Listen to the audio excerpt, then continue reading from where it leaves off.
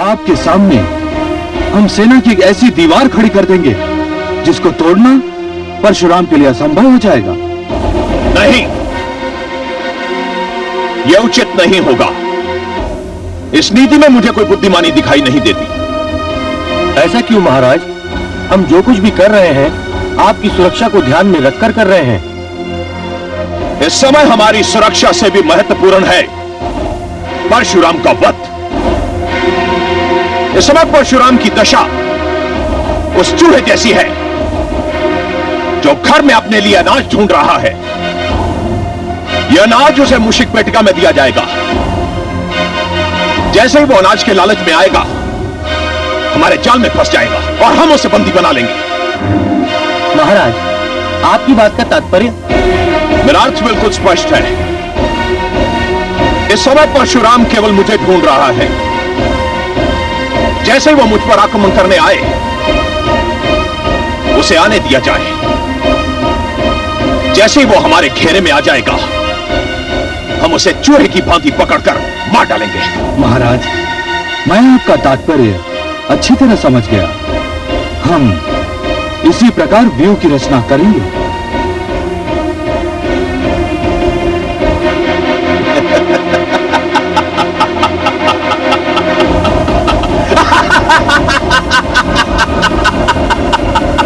बेचारा परशुराम। परशुराम, नहीं, हम ऐसा नहीं करेंगे। हम ऐसा कदापि नहीं करेंगे। ऐसा क्यों? क्योंकि सहस्त्रार्जुन भी यही सोच रहा है। वो मुझे चूहे की भांति घेर कर मारना चाहता है। तुम लोगों में से जिनकी काया काटी मेरे समान है, ऐसे 5 युवकों को मेरा रूप धारण करना होगा और एक एक करके उन राजाओं की सेना पर आक्रमण करना होगा। तुम में से जो भार्गव वीर मेरे रूप में आक्रमण करेगा, वो आक्रमण करने के उपरांत वहां रुकेगा नहीं, वहां से भाग जाएगा ताकि सेना की टुकड़ी भी उसके पीछे भाग जाए। तदुपरांत मेरा वेश धारण किए हुए दूसरा वीर सेना की दूसरी टुकड़ी पर आक्रमण करेगा और वो भी उसी प्रकार भागेगा। इससे उनकी सेना में आतंक फैल जाएगा, भ्रम की स्थिति उत्पन्न होगी। उनके सैनिक ये समझ नहीं पाएंगे कि वो कहां जाएं और क्या करें। और ध्यान रहे, हमें उनके हाथों नहीं मरना है, हमें उन्हें मारना है। और कोई प्रश्न? नहीं, हम समझ गए, हम समझ गए, हम समझ गए।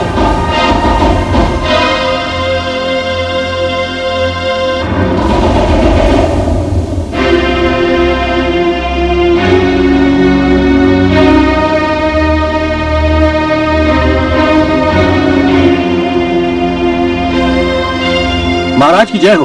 परशुराम ने अपने संदेश वाहक को कोई महत्वपूर्ण संदेश लेकर भेजा है।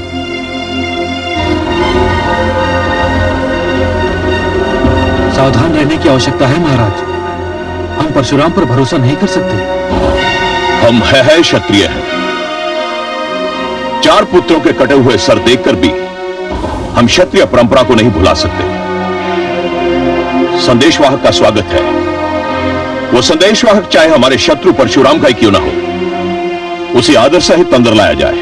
जो आज्ञा महाराज।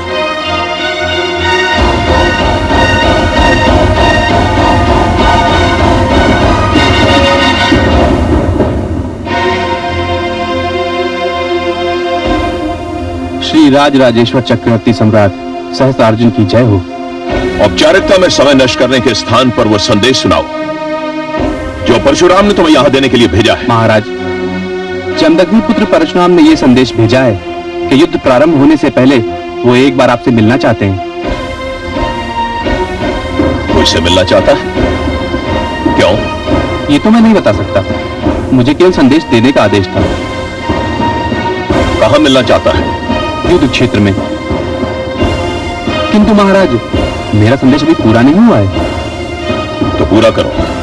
महाराज, परशुराम ने यह भी कहा है कि आप उनसे मिलने आए, किंतु अकेले।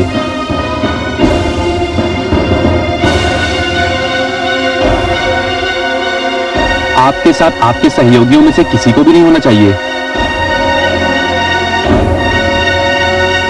संदेश पूरा हो गया? महाराज की जय हो, संदेश पूरा हो गया।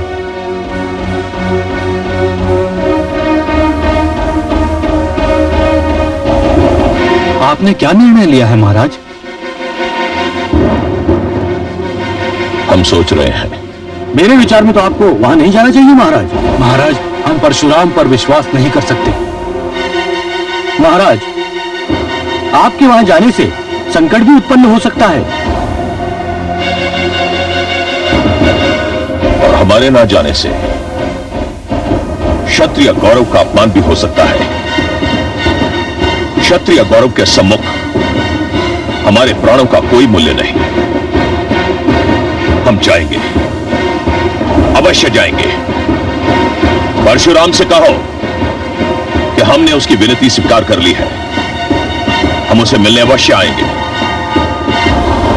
महाराज की जय हो।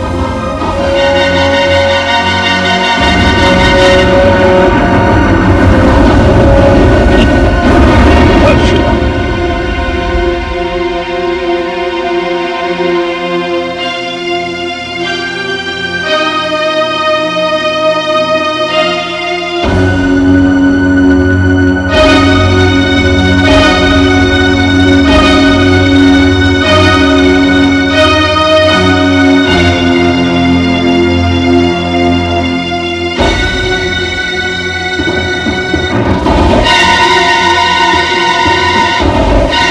तुमने कदापि आशा नहीं की होगी कि मैं तुमसे भेंट करने आऊंगा।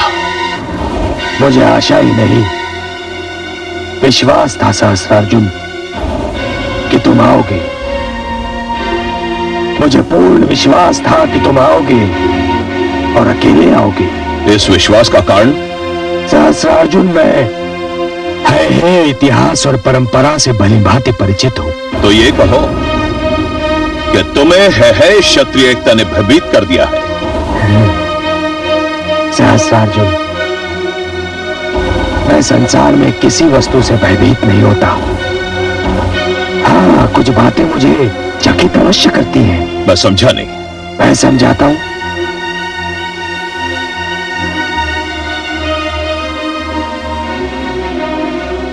सहस्त्रार्जुन, मुझे कभी किसी व्यक्ति का उत्थान चकित नहीं करता, क्योंकि मैं जानता हूं कि उस व्यक्ति के उत्थान का कारण उसकी योग्यता है।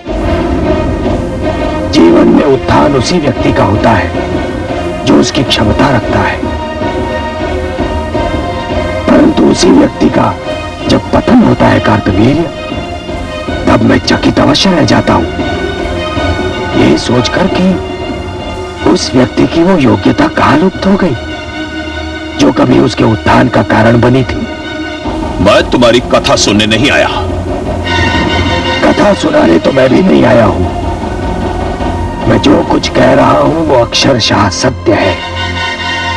तुम एक तेजस्वी राजा थे, बलवान शासक, प्रतापी नरेश, इतने तेजस्वी कि स्वयं भगवान विष्णु ने प्रसन्न होकर तुम्हें सहस्र बाहुओं का बल दे दिया और तुम कार्तवीर्य से सहस्रार्जुन बन गए। तुम उस योग्य भी थे, परंतु फिर तुम्हारा पतन क्यों आरंभ हो गया कार्तवीर्य? कौन कहता है कि मेरा पतन आरंभ हो गया है? मैं आज भी चक्रवर्ती हूं। पूरे विश्व में मेरे यश का डंका बज रहा है। मैं आज भी उतना ही शक्तिशाली हूं।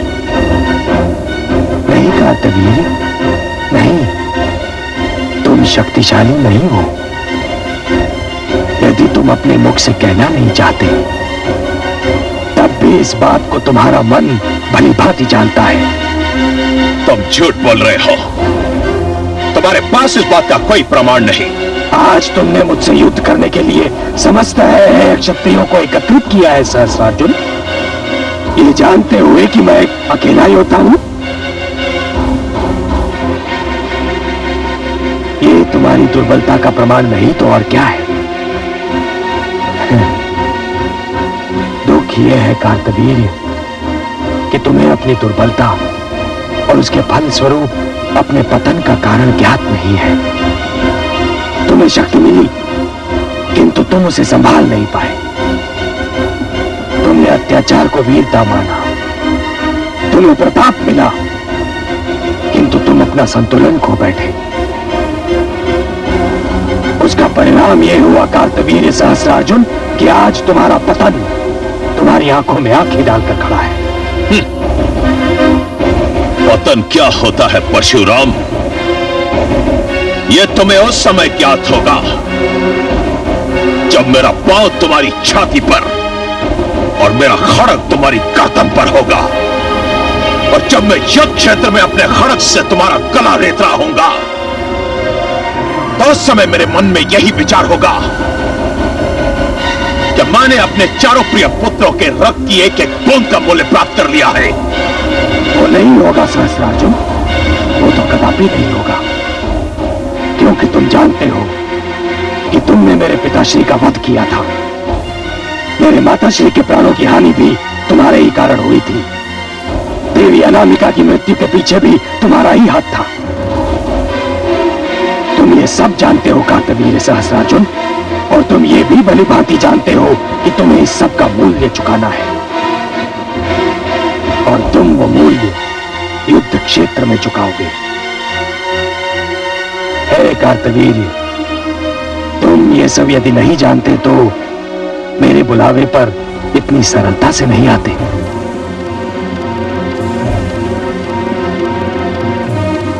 मुझे अब तक यह नहीं ज्ञात हो सका कि तुमने मुझे यहां आने का निमंत्रण क्यों दिया था। एक अवसर देने के लिए, केवल एक अंतिम अवसर। जो बात मैंने महारानी मृण्मयी से कही थी, यदि तुम वो बात मान लो सहस्त्रार्जुन, यदि तुम समस्त ऋषियों, भार्गवों और विद्यार्थियों से क्षमा मांग लो, तो यह युद्ध टल सकता है।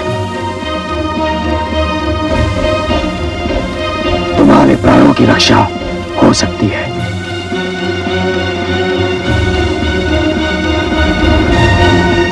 इसका उत्तर तुम्हें कल यही मिलेगा परशुराम, इसी युद्ध क्षेत्र में।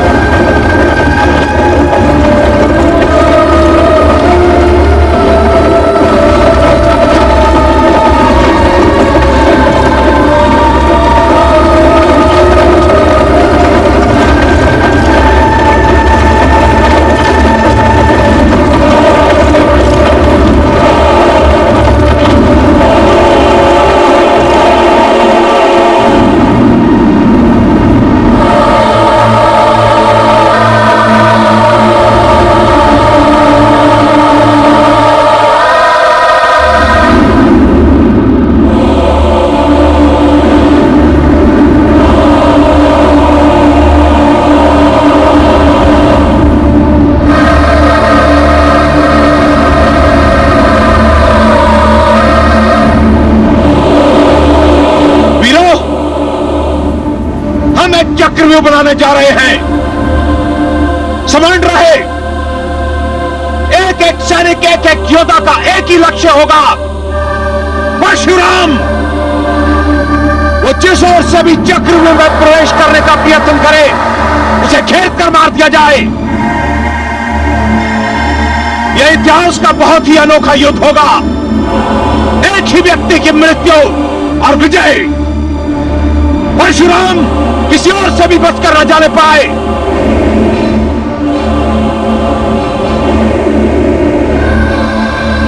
महाराज सहस्त्रार्जुन, युद्ध क्षेत्र तो रिक्त है। यह कैसा युद्ध है? यहां तो कोई प्रतिद्वंदी नहीं है।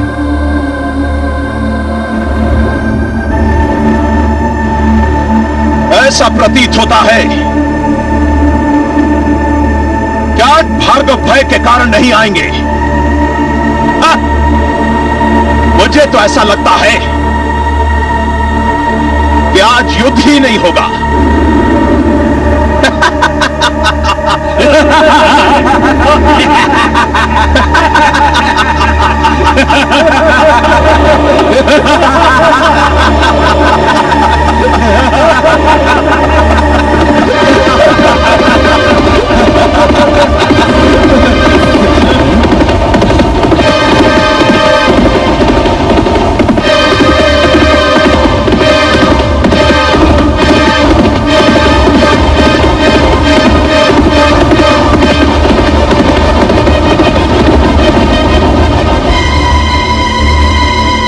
परशुराम,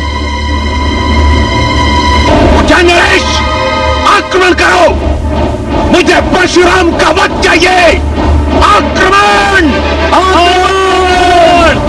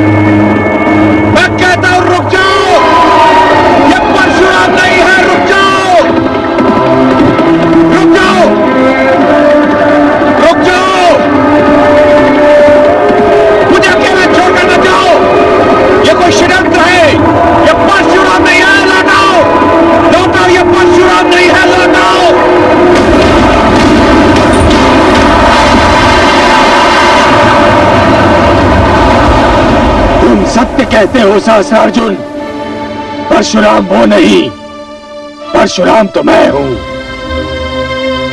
अब उठाओ अपने शस्त्र और दिखाओ अपनी सहस्त्र बाहुओं का बल।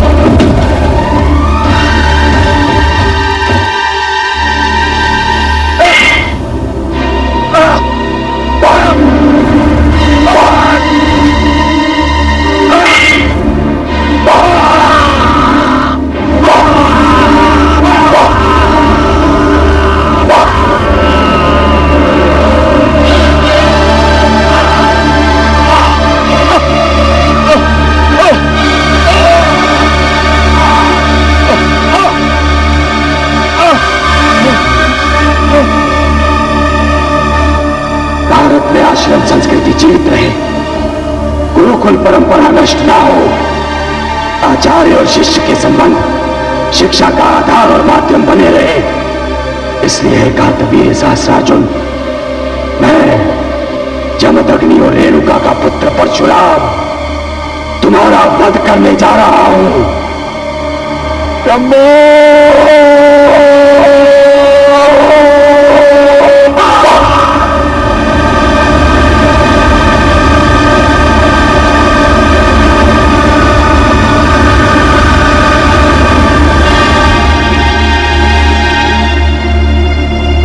शंभो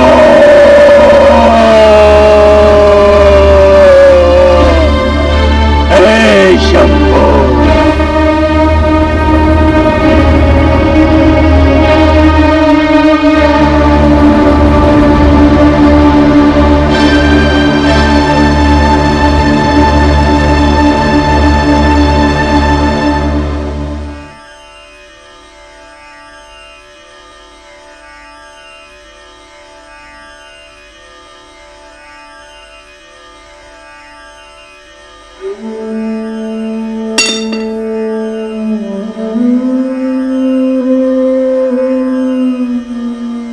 माता, हे पिता, मैंने आपको वचन दिया था कि इस धरती को हे क्षत्रियों के रक्त का सरोवर बना दूंगा। मैंने अपना वचन निभाया है माता।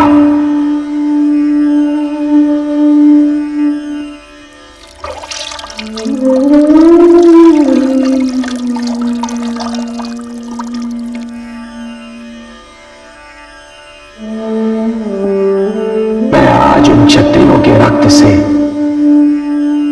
आपका तर्पण कर रहा हूं। इस क्षण के उपरांत मेरा अभियान समाप्त हो गया है।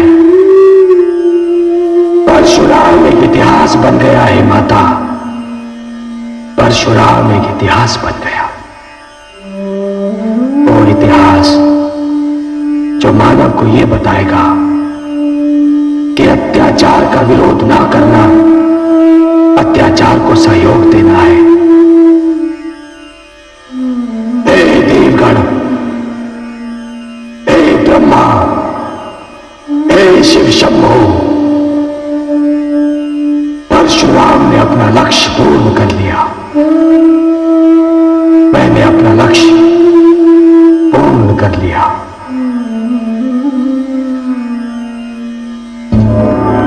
सर्वेश्वर, ये दृश्य तो मैं पहली बार देख रही हूँ कि कोई पुत्र अपने माता पिता का तर्पण जन्म के स्थान पर रक्त से कर रहा है। यदि ये परंपरा बनी तो मानव का क्या होगा, संस्कृति का क्या होगा? महादेवी, ये दृश्य देखने में क्रूर अवश्य लगता है, परंतु तनिक सोचिए, उस पुत्र की मनस्थिति क्या होगी जिसके माता पिता, मित्र, आचार्य और एक निर्दोष कोमल कन्या को निर्ममता से मार दिया गया हो। मैं भी यही समझती हूँ कमल नयन कि सारा किया धरा सहस्त्रार्जुन का है।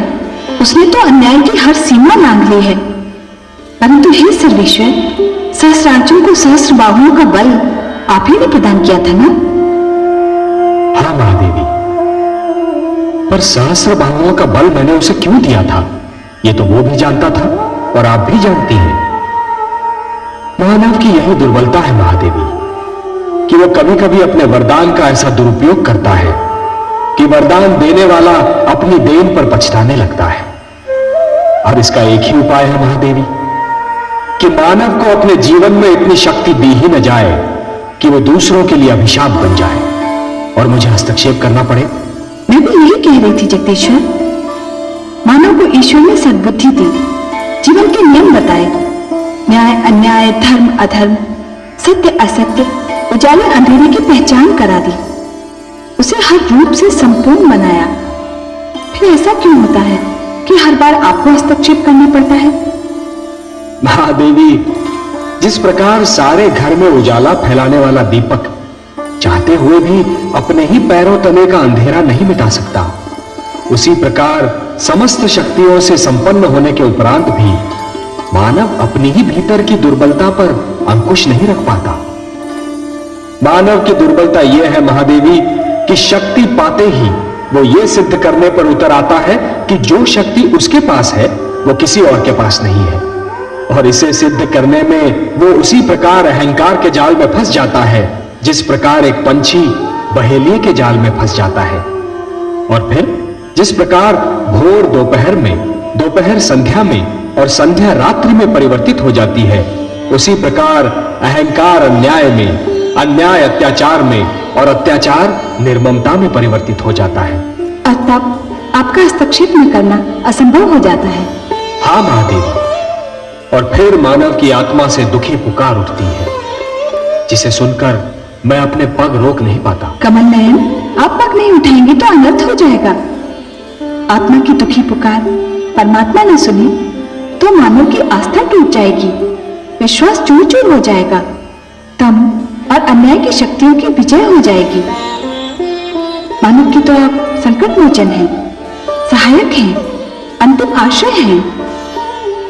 मुझे अपने प्रश्न का उत्तर मिल गया देवीश्वर।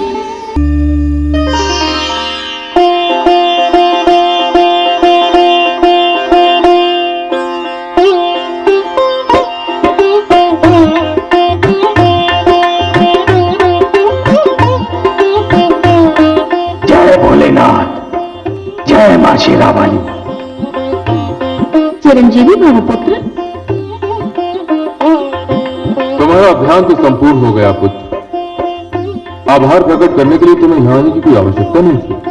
हे शिव शंभो, यदि मुझे केवल आपका आभार ही प्रकट करना होता तो मैं वहीं धरती से आपकी वंदना कर लेता।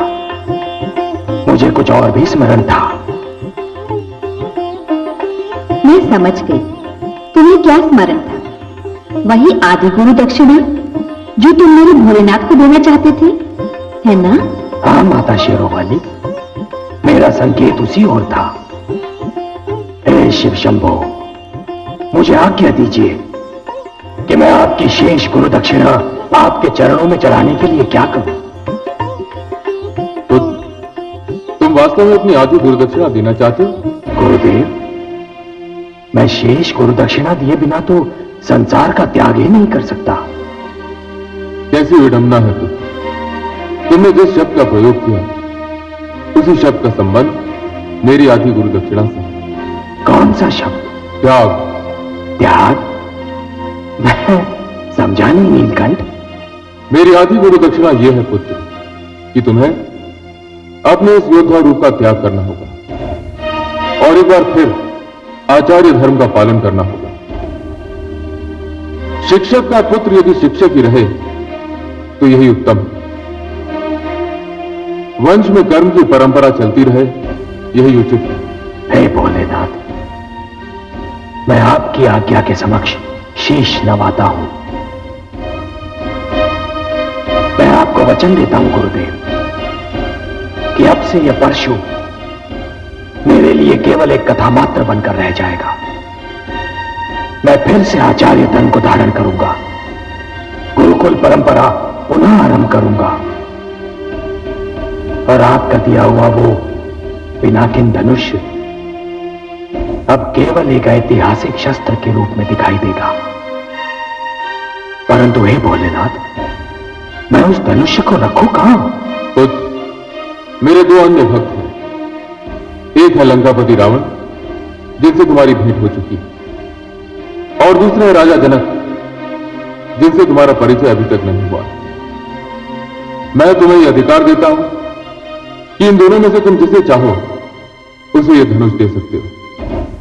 जय भोलेनाथ, जय मां शेरावाली।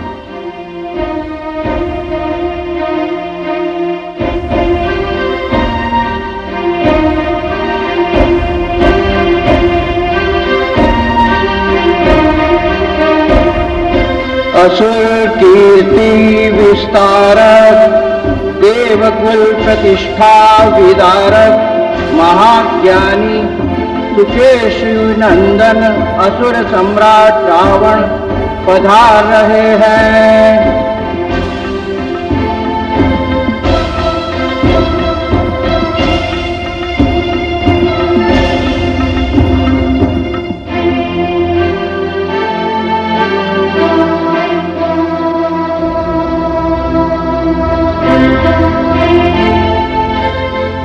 आपका पति, आपका ऐश्वर्य एवं वैभव सदा बना रहे। आपकी कीर्ति पताका ऐसी भांति लहराती रहे। आपके विचारार्थ उस उदंड ऋषि को बंदी बना लिया गया है। यदि आपकी आज्ञा हो तो उसे प्रस्तुत किया जाए। जब तक उसे सामने लाया जाता है, उसके अपराध का वर्णन किया जाए। हे असुर कुलभूषण, लंका में किसी भी आयोजित यज्ञ में आपके नाम की आहुति डाले बिना यज्ञ पूर्ण नहीं हो सकता। पर उसने हमारे आदेश का पालन न करने का दुस्साहस किया है। कौन है ये? सैनिक,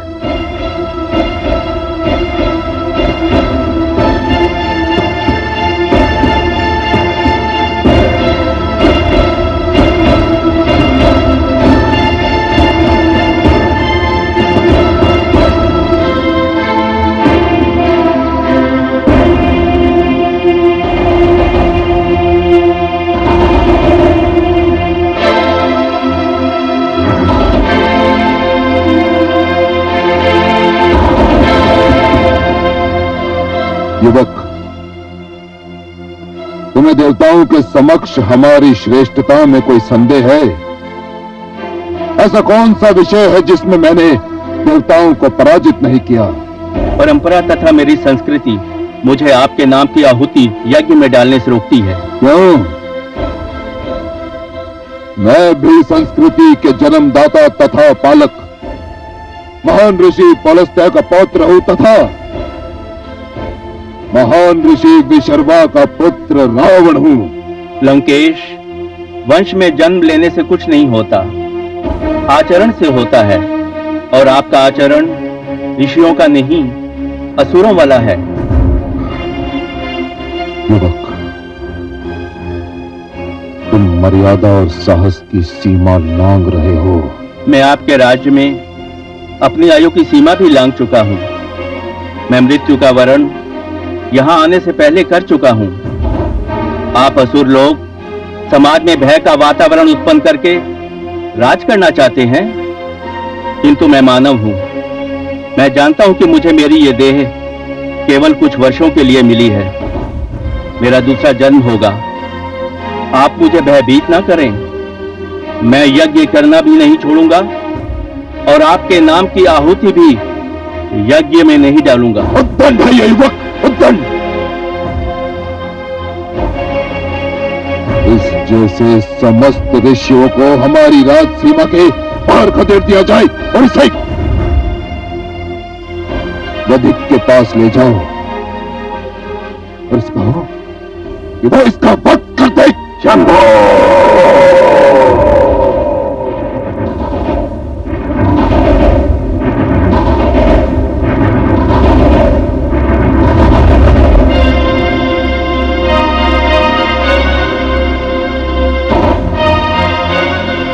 परशुराम, लंकापति रावण की राजसभा में तुम्हारा स्वागत है। लंकापति रावण, मैं बड़े उचित समय पर आया। मैं तो आपको विश्रवा का पुत्र समझकर यहां आया था, किंतु देख रहा हूं कि आपके ऊपर अपनी माता श्री की महत्वाकांक्षा और असुर संस्कृति विराजमान है। परशुराम, आपका इतना बड़ा उपकार है मुझ पर कि यदि आप मुझसे मेरा सिर भी मांगेंगे तो मैं ना नहीं कहूंगा। तो बस ये ऋषि युवक मुझे दे दीजिए, मैं उल्टे पैर लौट जाऊंगा। क्यों? ऐसा क्यों मित्र? हे लंकापति, मैं तो आपको अपने गुरु भगवान शिव शंभो का महान भक्त समझकर यहां आया था, उनका ये पिनाकिन धनुष आपको देने के लिए। तो दीजिए। दीजिए परशुराम, मुझसे बड़ा और योग्य पात्र इस संसार में कोई हो ही नहीं सकता। दीजिए परशुराम। नहीं लंकापति रावण, एक महान शिव भक्त होना और बात है और एक प्रजावत्सल राजा होना और बात। आप महान शिव भक्त अवश्य हैं, किंतु आप अपनी प्रजा की रक्षा नहीं करते। आप एक न्याय प्रिय राजा नहीं है लंकेश, और इसलिए अपने गुरु का यह महान शिव धनुष मैं आपको कदापि नहीं दे सकता। मेरा यह निर्णय अटल है। किंतु परशुराम, लंकेश, अपने गुरु की आज्ञा से मैंने आप पर एक उपकार किया था। हो सके तो उसी गुरु के नाम पर एक उपकार आप मुझ पर कीजिए। यह युवक मुझे दे दीजिए। आपने मुझ पर बहुत बड़ा उपकार किया था। एक कायर के कारागार से मुक्ति दिलाई थी। आप नहीं जानते परशुराम, मैं इसे कितना बड़ा उपकार मानता हूं। तो फिर लंकेश, मेरे कहने पर इस युवक को जीवन दान दे दीजिए। उतने बड़े उपकार के बदले में इतना तुच्छ उपहार? एक मानव, एक ऋषि के जीवन को उपहार?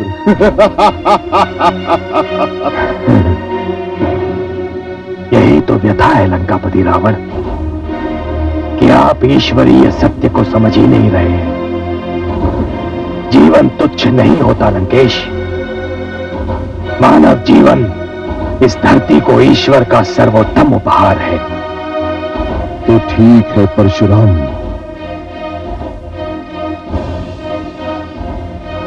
मैं आपकी मांग स्वीकार करता हूं और इसे जीवन दान देता हूं। धन्यवाद लंकेश। अब जाने की अनुमति दीजिए। नहीं परशुराम,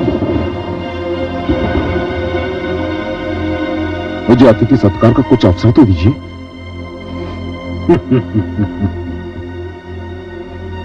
नहीं लंकेश, यह संभव नहीं है, क्योंकि आपकी और मेरी विचारधारा में धरती और आकाश का अंतर है। यहां और अधिक ठहरना आपके और मेरे मध्य मतभेदों को जन्म देने के समान है। मैं भली भांति जानता हूं लंकेश कि मैं अपनी संस्कृति नहीं छोड़ सकता, और ना ही आप अपनी असुर संस्कृति को त्याग सकते हैं। इसलिए अनुमति दे ही दीजिए। चलो युवक।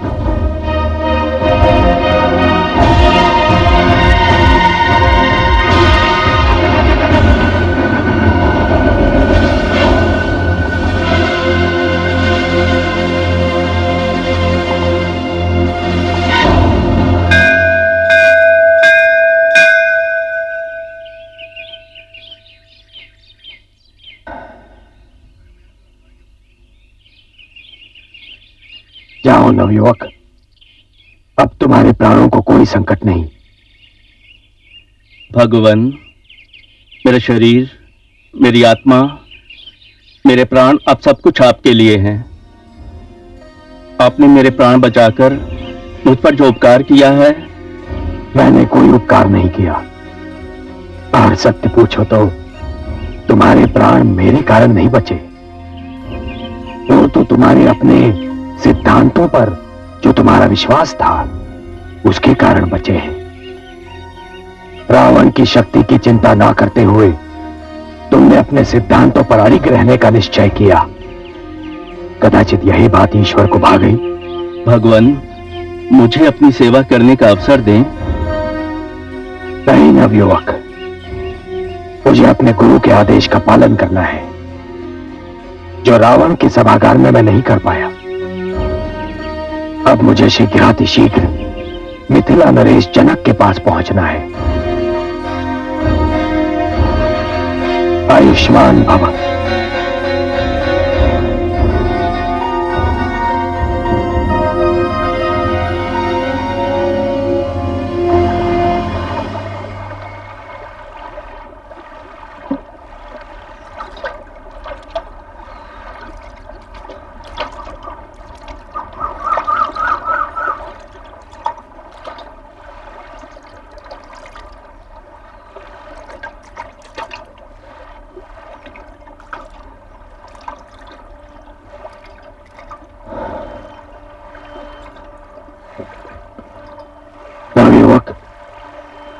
प्रणाम ऋषिवर।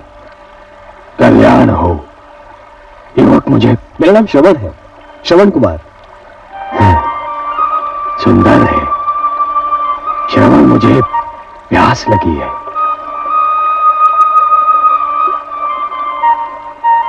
क्या बात है? मुनि श्रेष्ठ, आपके वस्त्र तो आपका परिचय देते हैं, परंतु आपके शस्त्रों से आपका परिचय समझ में नहीं आता।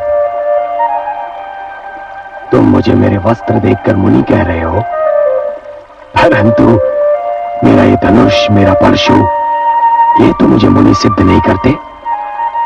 उच्च कुल का तो सिद्ध करते हैं। उच्च कुल? मेरा कर्म जाने बिना ही केवल मुझे देखकर ही तुमने मुझे उच्च कुल का सिद्ध कर दिया। आप अवश्य किसी श्रेष्ठ ऋषि की संतान हैं, परंतु मैं एक वैश्य मुनि और छोटी जाति की माता की संतान हूं। श्रवण, तुम्हें अपनी माता को छोटी जाति का कहते हुए लज्जा आनी चाहिए। माता तो माता होती है, जो पूजनीय होती है। व्यक्ति की पहचान उसके कर्म से होती है। श्रवण, जन्म से तो सभी शूद्र होते हैं। जन्मना जायते शूद्राः संस्कारात् विजोच्यते। क्षमा करें, मैं तो आपका विचार करके कह रहा था। मेरे हाथों से जल लेकर। श्रवण, वायु हर श्रेणी के व्यक्ति को छू कर आती है, और हर श्रेणी के लोग उसी वायु से अपनी श्वास भर लेते हैं, शीतलता प्राप्त करते हैं। सूर्य की किरणें भी सभी के लिए समान होती हैं। श्रवण, मेरा अर्थ समझ रहे हो ना? लाओ, मुझे जल दो, मैं बहुत प्यासा हूं।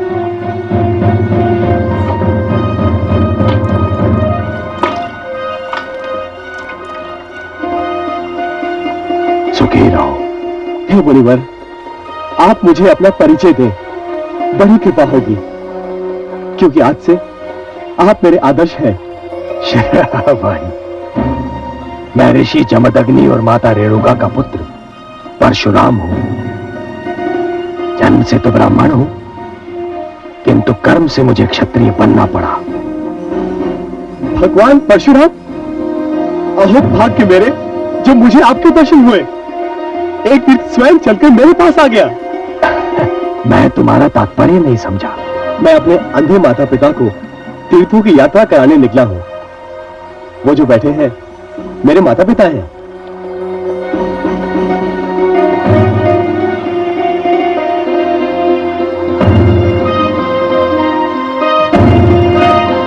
परंतु मुझे वहां कोई रथ या अन्य वाहन दिखाई नहीं दे रहा। श्रवण, जिसमें मैं बहुत साधारण व्यक्ति हूं, मेरे पास रथ आदि साधन नहीं है, किंतु माता पिता की इच्छा को पूरा करना हर संतान का धर्म भी है एवं कर्तव्य भी। इसलिए इन दोनों को कांधों पर उठाए तीर्थों की यात्रा करने निकला हूं। श्रवण कुमार, तुम धन्य हो, तुम धन्य हो। तुम्हारे दर्शन करने के उपरांत अपने माता पिता का परम भक्त होने का मेरा अहंकार तो चूर चूर हो गया। मुझे अपने चरण स्पर्श कर। नहीं नहीं नहीं नहीं, आप मुझे पाप का भागी ना बनाए। आपका यश तो पूरे संसार में सूर्य किरण की भांति फैल चुका है। अब चलिए, चलकर मेरे माता पिता को दर्शन देकर धन्य कीजिए। श्रवण, मैं भी उन माता पिता का दर्शन करके धन्य होना चाहता हूं, जिन्होंने तुम जैसे पुत्र को जन्म दिया। चलो चलिए।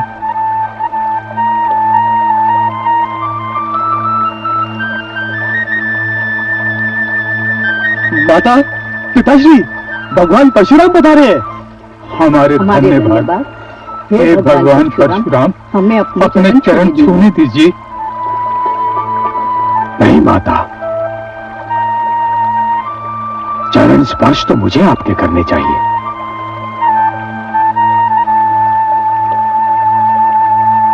हे माता, मैं आपके पुत्र से मिलकर धन्य हो गया। आपके स्पर्श मात्र से हमें मोक्ष मिल गया। नहीं माता, आपके दर्शनों से मुझे संन्यास प्राप्त हो गया। इस संसार में इससे अच्छा दृश्य और कोई हो ही नहीं सकता कि एक पुत्र के कंधों पर माता पिता तीर्थ यात्रा कर ले। माता, अब मुझे विदा दीजिए। मुझे महाराज जनक के पास पहुंचना है।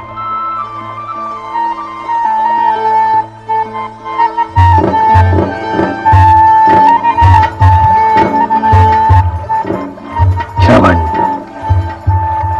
मैं हृदय से कामना करता हूं और आशीष भी देता हूं कि जब तक ये सृष्टि रहेगी, जब तक पुत्र धर्म की मर्यादा रहेगी, तुम्हारा नाम अमर रहेगा। आयुष्मान भव, आयुष्मान भव।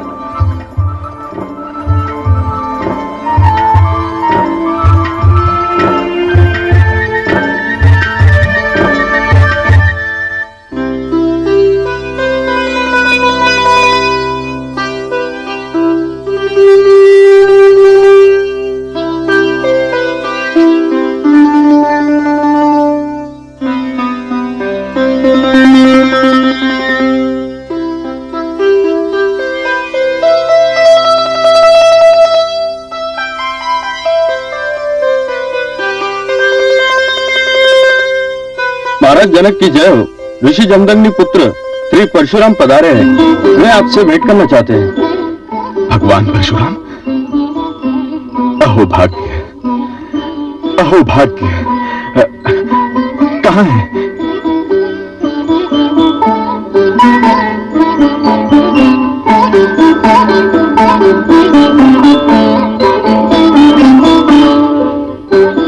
भगवान, मैं इस सौभाग्य पर किन शब्दों में ईश्वर को धन्यवाद दूं कि आपने अपने चरण कमलों से मेरे राजभवन को पवित्र कर दिया।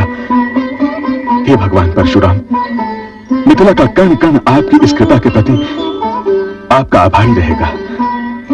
स्वागत है भगवान, आपका बहुत बहुत स्वागत है। राजन, आप वास्तव में धन्य हैं। मेरे स्वागत के लिए आप नंगे पांव चले आए। भगवान, जिस स्थान पर आप जैसा महान व्यक्ति उपस्थित हो, वह स्थान इतना पवित्र, इतना पावन है कि वहां तो नंगे पांव ही आना चाहिए। पधारिए भगवान, पधारिए।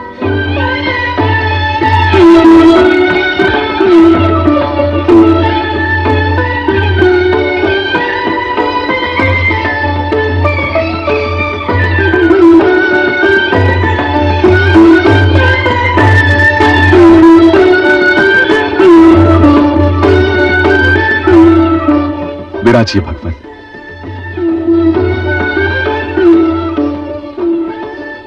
भगवान, मेरी तो समझ में कुछ नहीं आ रहा कि मैं आपका स्वागत कैसे करूं और क्या करूं। राजन, आपके नेत्र, आपका मुख और आपकी भावनाएं जो कह रही हैं, उस सबके उपरांत स्वागत के शब्द और औपचारिकताएं अनावश्यक है। भगवान परशुराम, यदि आप मेरे लिए कोई आदेश लेकर आए हैं तो कृपया कहिए। यदि मेरे योग्य कोई सेवा हो तो बताइए। मैं आपके लिए कुछ कर सकूं तो स्वयं को धन्य मानूंगा। नहीं राजन, आपके लिए मेरा कोई आदेश नहीं है, किंतु हां, मैं अपने गुरु शिव शंकर के आदेश का पालन करने के लिए अवश्य आया हूं। भगवान, आपके गुरु का आदेश सिर आंखों पर। मिथिला नरेश,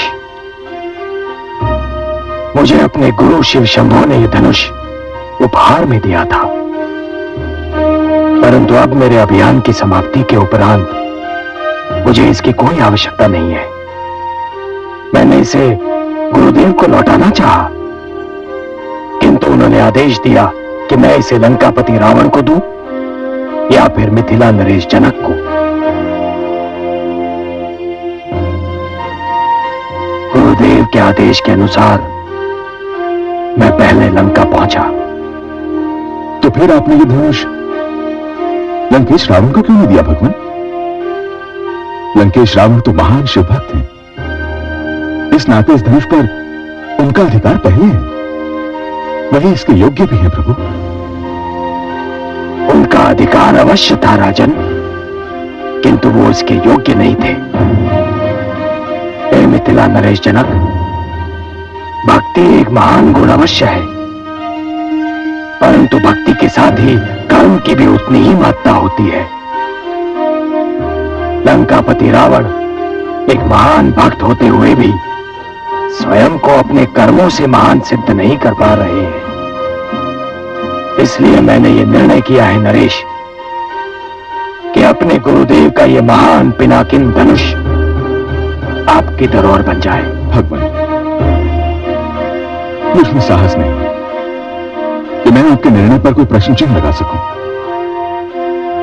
परंतु एक शिव भक्त को छोड़कर मेरा चुनाव करने का क्या कारण है प्रभु, जबकि आप भली भांति जानते हैं। हाँ राजन, मैं जानता हूं कि आप एक विष्णु भक्त हैं, परंतु विश्वास कीजिए राजन, मैंने आपका चुनाव इस कारण नहीं किया है कि मेरे गुरु शिव शंभो ने लंकापति रावण और मिथिला नरेश जनक इन दो ही नामों का सुझाव दिया था और मेरे पास कोई तीसरा विकल्प नहीं था। नहीं राजन, यदि मैं आपको भी इस धनुष के योग्य नहीं पाता तो इस धनुष को उमापति को लौटा देता और बेखट के कह देता उनसे कि वो दोनों इस धनुष के योग्य नहीं है।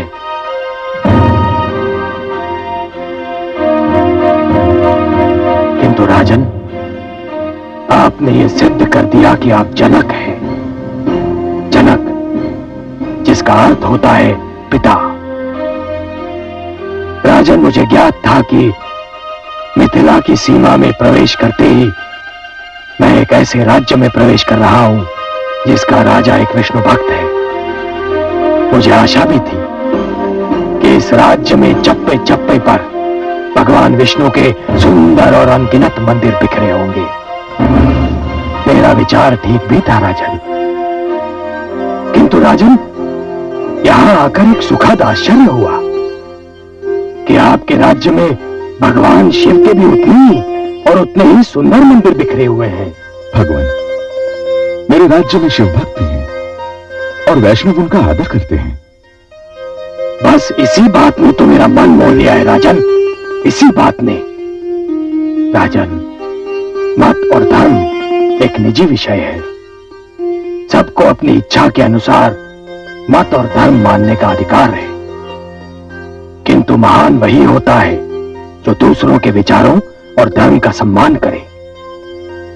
आपकी इसी सहिष्णुता ने मुझे अत्यंत प्रभावित किया है राजन, और इसीलिए इस महान शिव धनुष का संरक्षक मैंने आपको चुना है। आपका ये राजभवन किसी मंदिर से कम नहीं है राजन। भगवान, मैं वचन देता हूं कि भगवान शिव के इस धनुष को न केवल पूरे सम्मान के साथ मिथिला में स्थापित करूंगा, वरन अपने प्राणों से भी अधिक इसकी रक्षा करूंगा। भगवान, आप एक लंबी यात्रा से आए हैं, तनिक विश्राम कर लीजिए। मुझे और मेरे परिवार को अपनी सेवा का अवसर दीजिए। मैं कल ही इस धनुष के लिए यथा योग्य स्थान बनवा दूंगा।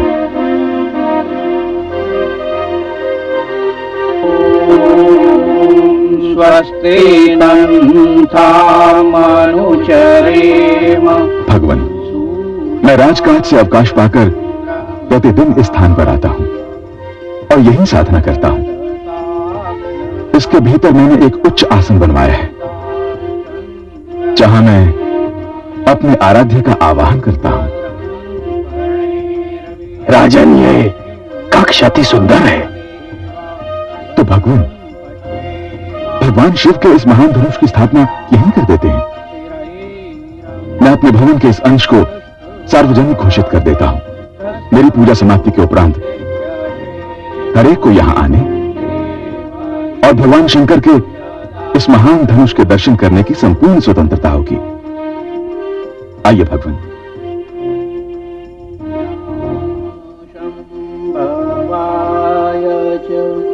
मयो भवाय च नमः शंकराय च मयस्कराय च नमः शिवाय च शिवतराय च ॐ नमः शिवाय ॐ नमः शिवाय ॐ नमः शिवाय।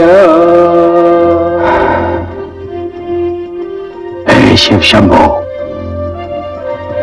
आज मैंने आपके आदेश का पालन कर दिया है। आपके इस महान और पूजनीय धनुष को उसके योग्य स्थान पर पहुंचा दिया है। हे पिनाकिन,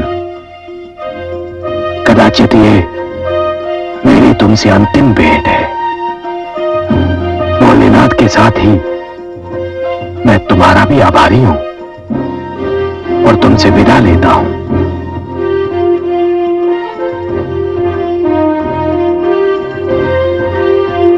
हे शंभो शंभो शंभो।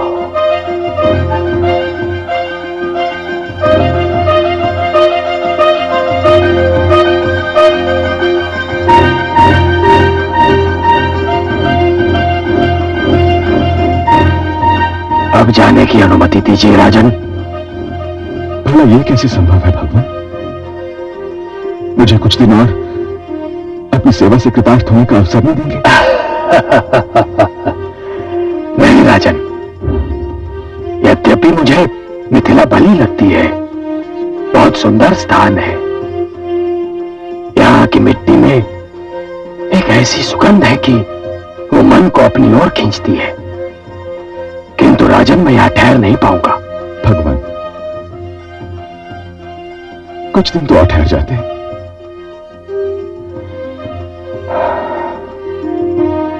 नहीं राजन, राजन, मैंने जीवन में इतनी हत्याएं की हैं कि मेरा मन ऊब गया है। यह सत्य है कि हत्याएं करने पर मुझे विवश कर दिया गया था, किंतु हत्याएं तो हुई ना, जिनके कारण न केवल मेरे हाथ रक्त से रंगे हैं, वरन मुझे ऐसा लगता है जैसे मेरा समस्त अस्तित्व रक्त सागर में डूब गया है। मेरे मन पर, मेरी आत्मा पर एक बोझ है राजन, एक बोझ है। मैं साधना में डूब जाना चाहता हूं राजन, ऐसी साधना में जिससे मैं न केवल संसार को वरन स्वयं को भी भूल जाऊं। भगवान, मैं आपको रोकने का दुस्साहस तो नहीं कर सकता, किंतु यदि आपने जाने का निर्णय कर ही लिया है तो मुझे कोई ऐसी शिक्षा देकर चाहिए भगवान, जो जीवन भर मेरा मार्गदर्शन करती रहे। हे राजन, जीवन के मेरे अनुभव से जो मैं सीखा हूं वो मैं तुम्हें बताता हूं। मैंने ये जाना है राजन कि कर्म ही धर्म है, कर्म ही वर्ण है, कर्म ही वास्तविक जाति है, कर्म ही जीवन का आरंभ है और कर्म ही जीवन का अंत है। अंतिम श्वास तक मनुष्य का केवल एक ही धर्म है राजन, और वो है कर्म।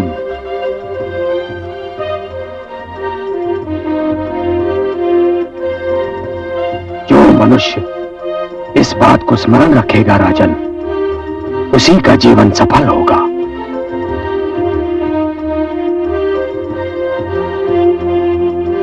यशस्वी भव।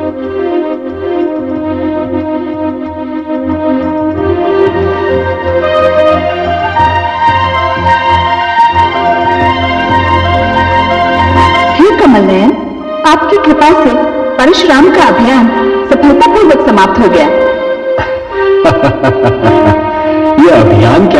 महादेवी। रक्त का एक सागर था जिसमें डूबकर जाना था, और परशुराम ने इस सागर को डूबकर ही पार किया है।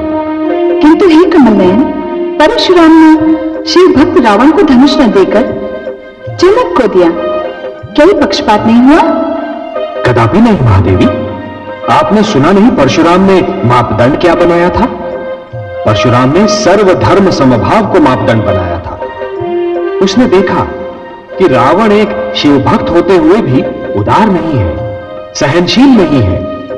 वो दूसरों के मत और विचारों को सहन नहीं करता, जबकि जनक के राज्य में सभी को अपने अपने धर्म और मत के पालन करने की स्वतंत्रता है। वहां धर्म का भेदभाव नहीं है, और शिव धनुष जैसी पवित्र वस्तु के लिए वही स्थान उचित है महादेवी, जहां किसी प्रकार का भेदभाव न हो, जहां सारे धर्मों का और भक्तों का आदर किया जाता हो। आपने सर्वथा सत्य कहा कमल नयन। अपनी आस्था पर चलने का अर्थ दूसरों की आस्था को नकारना नहीं होता। रावण में तनिक भी सहनशीलता नहीं है। वो अपने आगे किसी और को कुछ समझता ही नहीं। विद्वान होकर भी अपने कर्म से असुर है।